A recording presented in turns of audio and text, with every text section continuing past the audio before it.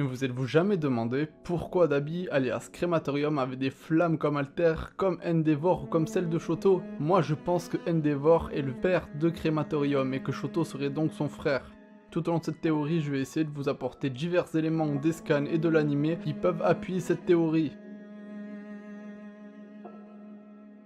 On sait que Shoto a deux frères et une sœur qui sont considérés comme des échecs. On peut les voir dans le manga et dans l'anime. Or, il y a quelque chose qui a changé. Dans les scans, donc à la parution du manga, le deuxième frère, celui du milieu, a les cheveux blancs et a été recolorisé en rouge pour l'anime. Ce petit détail est peut-être voulu pour nous diriger vers le pouvoir uniquement des flammes d'Endeavor pour ce troisième frère. De plus, on ne voit pas son visage. Pour rester dans le thème de l'enfance, on peut penser que Endeavor a maltraité Dabi de la même manière qu'il a maltraité Shoto, voire pire étant donné que Dabi est pour lui une expérience ratée.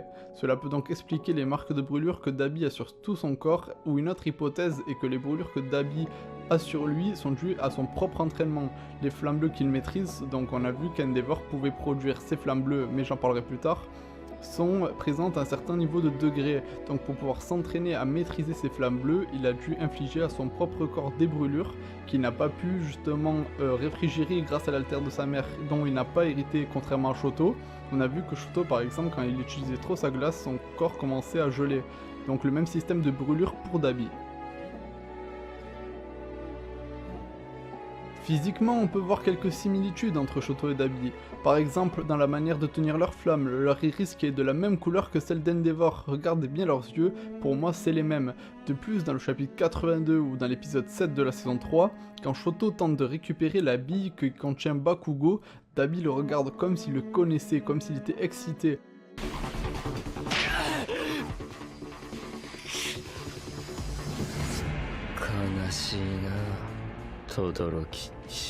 Ces paroles et ce plan, je ne pense pas que ce soit anodin. Petite parenthèse spoil qui est uniquement dans les scans, dans ceux qui n'ont pas lu les scans, je vous conseille de sauter cette petite partie, je mettrai sûrement le timer dans la description. Donc pour ceux qui diraient pourquoi Shoto ne reconnaît pas Dabi comme son frère, mais par contre Dabi le reconnaît physiquement à Shoto, donc c'est bien son petit frère. Tout simplement, le deuxième frère donc que l'on connaît à présent dans les scans, explique que le troisième frère déjà est le plus vieux de tous, donc je pense que Dabi devrait avoir 22-25 ans, un truc comme ça, donc lui potentiellement il peut reconnaître Shoto. Et aussi, le deuxième frère dit que du fait que Endeavor ne s'est concentré que sur Shoto, ils n'ont pratiquement aucun souvenir de leur frère et de leur père. Donc ça expliquerait que Dabi est le seul à avoir des souvenirs concrets de ses frères et sœurs. À présent, j'attaque une partie vraiment importante de la vidéo et je pense que pas beaucoup de gens ne l'ont remarqué. De tous les méchants, Dabi est le seul dont le nom est encore inconnu.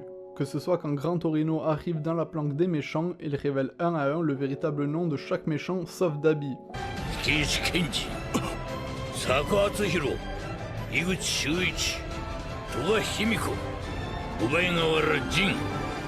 Alors il est possible qu'il connaisse sa véritable identité mais ne veut pas la révéler par rapport à Endeavor.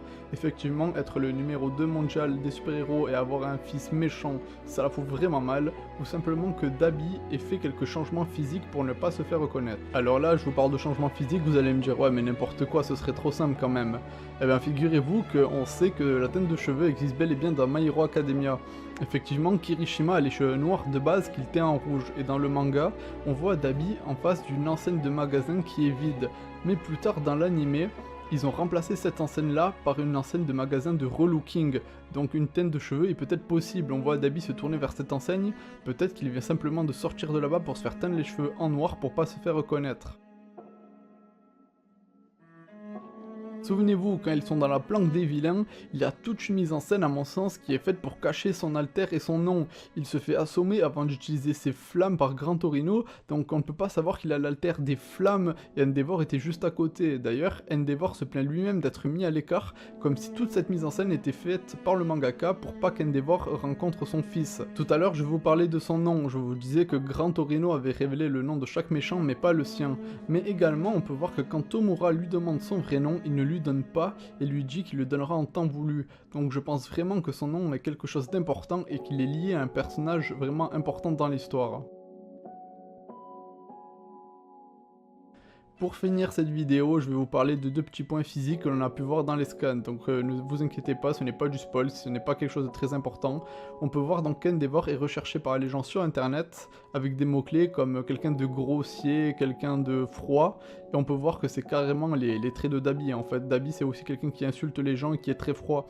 Également, on a vu Endeavor dans sa jeunesse, là, ça on l'a vu dans les épisodes quand on voit le flashback avec All Might, mais on a vu aussi une page de Dabi avant qu'il ait ses brûlures, et c'est clairement les mêmes cheveux, ils ont les mêmes traits, donc je pense vraiment que Dabi serait le fils caché d'Endeavor.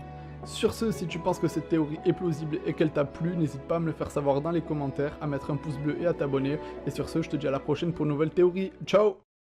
Eh, c'est quoi, t'en vas pas hein? Il y a une nouvelle théorie My Hero Academia qui sort la semaine prochaine et je peux te promettre qu'elle va envoyer vraiment du lourd. Il va y avoir des révélations, des expériences. Franchement, celle-là, faut pas que tu la loupes. Alors je te dis à la semaine prochaine, ciao!